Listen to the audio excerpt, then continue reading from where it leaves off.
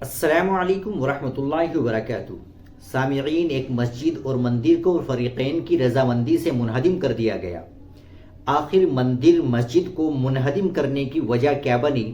اتر پردیش کے سیتاپور سدھولی کوتوالی علاقے میں دو برادریوں نے ایک ترقیاتی کام کے لیے بڑی مثال قائم کی ہے۔ یہاں ایک برج بنایا جانا ہے، اس کے لیے ایک سروس لین بھی بنائی جائے گی۔ بسوا چوراہے پر واقع ایک مندر اور مسجد اس کی زد میں آ رہے تھے۔ ایسے میں انتظامیہ کو یہ مسئلہ درپیش تھا کہ کہیں کچھ گڑبڑ نہ ہو جائے۔ انتظامیہ نے دونوں برادریوں کے نمائندوں سے بات چیت کی۔ مذہبی مقامات کی منتقلی کی تجویز پر اتفاق رائے ہونے کے بعد 123 سال پہلے تعمیر کیے گئے مندر مسجد کو پولیس اور انتظامیہ کے حکام کی موجودگی میں بلڈوزر کا استعمال کرتے ہوئے رات گئے منہدم کر دیا گیا۔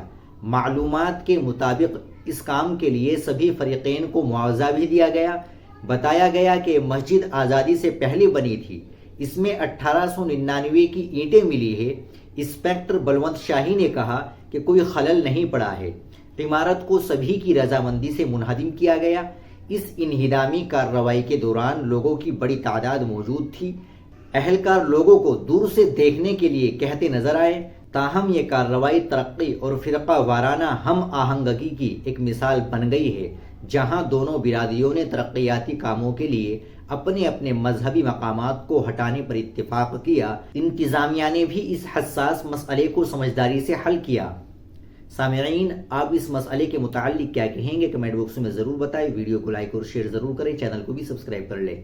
ملتے ہیں انشاءاللہ اگلی ویڈیو کے ساتھ۔ السلام علیکم ورحمۃ اللہ وبرکاتہ۔